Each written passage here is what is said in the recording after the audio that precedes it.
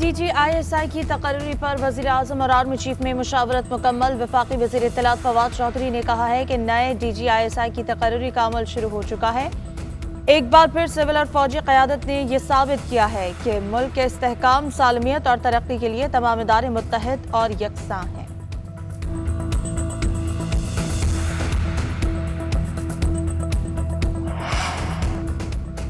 वज़ीर-ए-आज़म चाहते थे कि जनरल फैज़ हमीद मजीद कुछ माह ओहदे पर रहें। इमरान खान अफगान सूरत हाल की वजह से लेफ्टिनेंट जनरल फैज़ हमीद को रखना चाहते थे। कौमी assembly chief whip Aamir Dogar ने वज़ीर-ए-आज़म आर्मी चीफ मुलाकात में मामलात तय पाने की तस्दीक कर दी।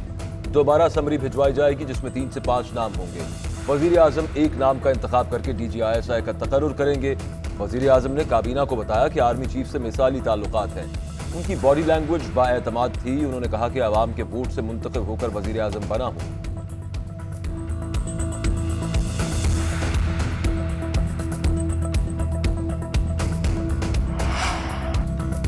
वज़ीर-ए-आज़म इमरान खान को मिलने वाले तहाइफ से मुताल्लिक केस, हुकूमत ने एक बार फिर अदालत से मोहलत मांग ली। जस्टिस मियां गुल हसन औरंगजेब ने रिमार्क्स दिए कि हुकूमत दीगर ममालिक से मिलने वाले तहाइफ ना बताकर क्यों शर्मिंदा हो रही है। हुक्मरानों को मिलने वाले तहाइफ उनके नहीं बल्कि अवाम के हैं।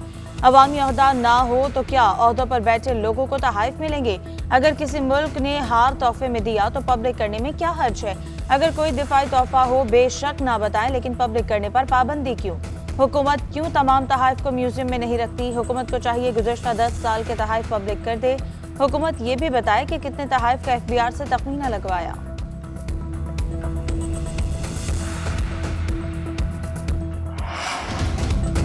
मरियम नवाज की मुश्किलात में इजाफा। नैब ने मरियम नवाज और कैप्टन सफदर की जमानत मनसूखी के लिए इस्लामाबाद हाई कोर्ट से रुजू कर लिया। मौक़िफ़ इख्तियार किया कि मरियम नवाज और कैप्टन सफदर ने रिहाई का गलत इस्तेमाल किया, जमानत मनसूख की जाए। इस्लामाबाद हाई कोर्ट का 2 रुकनी बेंच शेवनफील्ड रेफरेंस अपीलों पर समाअत आज करेगा। उधर तोशाखाना रेफरेंस में मरियम नवाज की जायदाद जब्त करने के एतराज़ात पर भी समाअत होगी।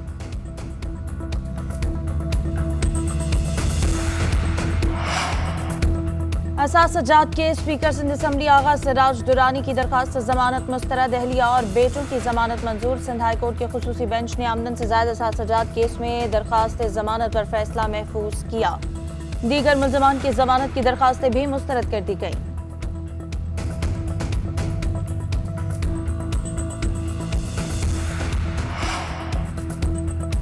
सुप्रीम कोर्ट में कोयटा कराची रोड की खस्ता हाली से मुताल्लिक अज खुद नोटिस पर समाअत। चेयरमैन NHA को फिर जाती हैसियत में तलब कर लिया। सुप्रीम कोर्ट ने NHA से मुल्क भर के हाईवे से मुताल्लिक रिपोर्ट तलब की।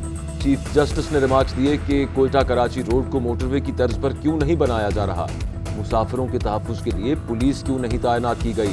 चित्राल गिलगित रोड पर सिर्फ पत्थर ही पत्थर हैं, गाड़ी नहीं चल सकती। इस्लामाबाद मोटरवे को छोड़कर तमाम हाईवेज को लावारिस छोड़ दिया गया। हाईवेज पर होने वाले हादसात की वजह NHA की गफलत है। जस्टिस मजहर आलम मियां खेल ने कहा कि सड़कों पर तलाशी के नाम पर आवाम की तज़हीक की जाती है। बताया जाए NHA के अखराजात और आमदन कितनी है। मुल्क भर में डेंगू बेकाबू होने लगा। इस्लामाबाद में डेंगू मच्छर के शदीद वार। वफाकी दारुल हुकूमत में मजीद 61 अफराद डेंगू की तस्दीक। खैबर पख्तूनख्वा में मजीद 198 अफराद डेंगू का शिकार। पेशावर में 68 मरीज सामने आए। पंजाब में डेंगू का मजीद 325 केसेस रिपोर्ट। लाहौर में 229 अफराद में डेंगू की तस्दीक।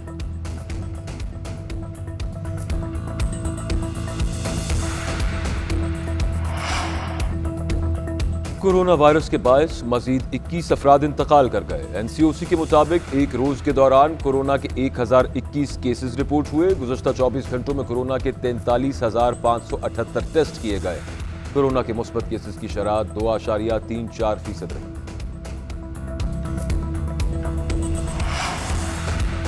सादिकाबाद में डाकुओं की फायरिंग से 9 अफराद की हलाकत। वाक़े की CCTV फुटेज सामने आ गई। फुटेज में मुल्ज़मान को फायरिंग करते देखा जा सकता है। भत्ता देने से इनकार पर मुल्ज़मान ने फायरिंग कर दी। फायरिंग की आवाज़ सुनकर आने वाले नमाजियों को भी गोलियां मारी। वारदात के बाद डाकू फायरिंग करते हुए फरार हुए। डाकुओं के खौफ से मुद्दई मुकद्दमे की पैरवी से दस्तबरदार।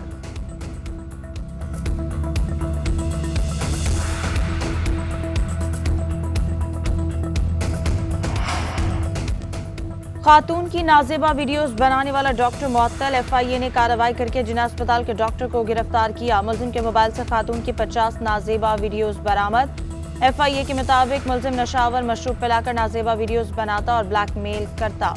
मुलजिम से अहम शवाहिद हासिल कर लिए गए। तहकीकात का दायरा वसी कर दिया। तहकीकात के बाद मजीद कार्रवाई अमल में लाई जाएगी।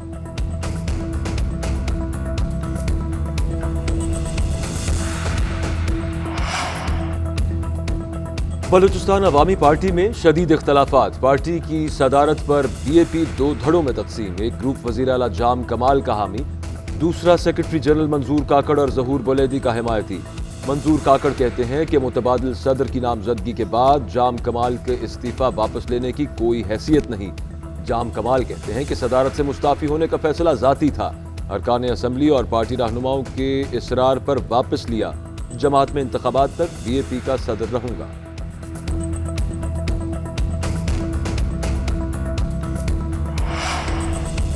गवर्नर पंजाब चौधरी सरवर का ब्रसल्स में यूरोपीय पार्लियामान का दौरा। चौधरी सरवर की खारजा, ट्रेड, जस्टिस और होम अफेयर्स कमेटी से मुलाकातें। जीएसपी प्लस पर पाकिस्तान की हिमायत करेंगे। यूरोपीय पार्लियामान के अरकान ने गवर्नर पंजाब को यकीन दहानी करा दी। चौधरी सरवर कहते हैं उम्मीद है जीएसपी प्लस स्टेटस 2034 तक रहेगा। गवर्नर पंजाब आज यूरोपीय यूनियन पार्लियामेंट के नायब सदर से मुलाकात करेंगे।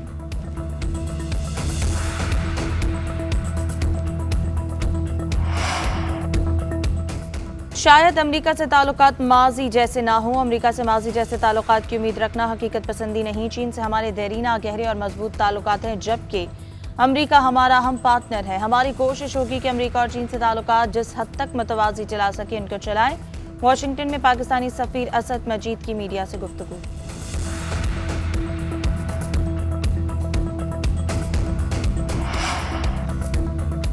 एफबीआर ने जायदाद की नई कीमतें मुकर्रर करने की तैयारी कर ली। मुल्क के 18 शहरों में आज जायदाद की नई कीमतों का तयन किया जाएगा।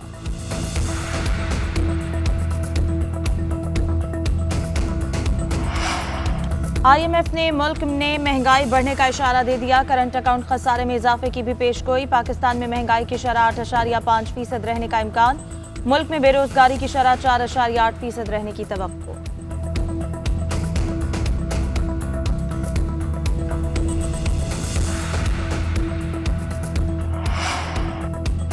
वफाकी वजीर इत्तलात फवाद चौधरी का मुल्क में महंगाई का एतराफ। इस्लामाबाद में तकरीब से खिताब में कहा कि मुल्क में महंगाई की वजह आलमी मार्केट में चीज़ों की कीमतों में इजाफा है।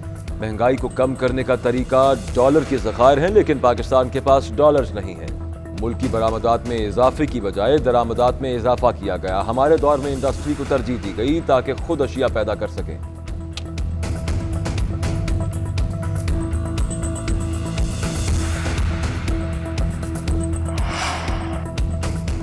इटली में G20 ममालिक का अफगान सूरत हाल पर वर्चुअल इजलास। यूरोपीय यूनियन का अफगानिस्तान के लिए 1 अरब यूरो इमदाद का ऐलान। अतालवी वज़ीर-ए-आज़म का कहना है कि G20 मुल्कों को अफगानिस्तान की तालिबान हुकूमत से राब्ते में रहने की ज़रूरत है। राब्ते में रहने का ये मतलब नहीं कि काबुल इंतजामिया को बाज़ाब्ता तस्लीम किया जाएगा।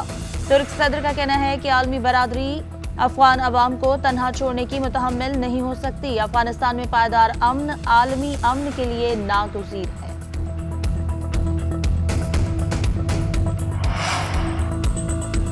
अफगान वज़ीर ख़ारिजा अमीर खान मुत्तकी की यूरोपीय यूनियन के सफ़ीरों से मुलाकात।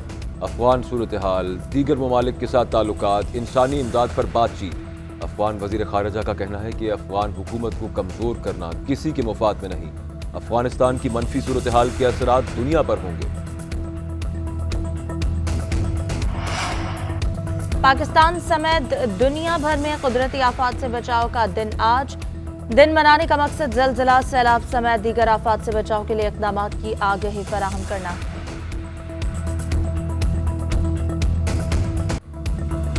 और शहंशाह कव्वाली और मौसीकी के बेताज बादशाह उस्ताद नुसरत फ़तेह अली खान की आज 73वीं सालगिरह मनाई जा रही है। अपनी मुनफरिद गायकी की बदौलत पूरी दुनिया में नाम पैदा किया। सुरों का जादू जगाने वाले नुसरत फ़तेह अली खान की कव्वाली के 125 से ज़ायद ऑडियो एल्बम्स जारी हुए। हॉलीवुड के साथ साथ बॉलीवुड ने भी नुसरत फ़तेह अली खान को हाथों हाथ लिया।